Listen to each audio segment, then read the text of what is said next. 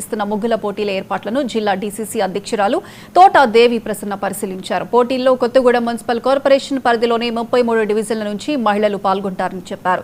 విజేతలుగా నిలిచిన వారికి మంత్రి పొంగులేటి, ఎంపీ రఘురాంరెడ్డి బహుమతులు అందిస్తారని తెలిపారు. పోటీలో పాల్గొనేవారు స్వయంగా ముగ్గు రంగులు తెచ్చుకోవాలని, కేవలం గంట వ్యవధిలోనే రంగవల్లి వేయాలని ఆమె స్పష్టం చేశారు. సోదరి మళ్ళందరూ కూడా ఒక విషయాన్ని గమనించాలి. ముగ్గులు వేయడానికి కొన్ని నియమ నిబంధనలు పెట్టడం జరిగింది. ఎవరైతే ముగ్గు వేస్తారో వారు సహాయకులను తీసుకోకుండా వారే ముగ్గు వేయాలి. అదే విధంగా వాళ్ళకు ఎంట్రీ పాస్ బ్యాచ్ ఒకటి ఇవ్వడం జరుగుతుంది. ఆ బ్యాచ్ పట్టుకొనే రావాలి, లేకపోతే గ్రౌండ్ లోకి ఎంట్రన్స్ ఉండదు. అది వాళ్ళు ఒకసారి గమనించాలి.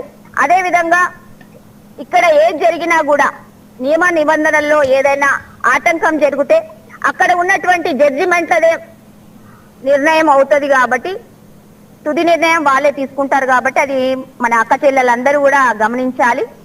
అదే విధంగా ఈ కార్యక్రమానికి మన ప్రియతమ నాయకులు ఖమ్మం పార్లమెంట్ లోక్సభ సభ్యులు కూడా రామసాయం రఘురాంరెడ్డి గారు కూడా రావడం జరుగుతుంది.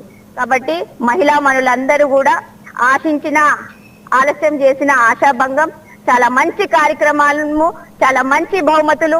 మరి మీరందరూ కూడా మంచిగా చక్కగా ముగ్గులు వేసి రంగురంగుల రంగవల్లిలు దిద్దుకొని మీరు మొదటి బహుమతి, రెండవ బహుమతి, మూడవ బహుమతి, నాలుగవ బహుమతి, ఐదవ బహుమతి చాలా చక్కటి ప్రైజ్ మనీతో ఉన్నాయి. కాబట్టి పండుగకు మీరందరూ దాన్ని సొంతం చేసుకోవాలని కోరుకుంటున్నాను.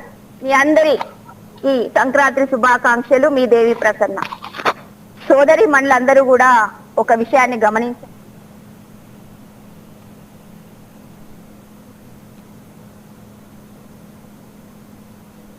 రంగారెడ్డి జిల్లా బడంగపేట్ సర్కిల్లో బీజేపీ నాయకులు ఆందోళనకు దిగారు.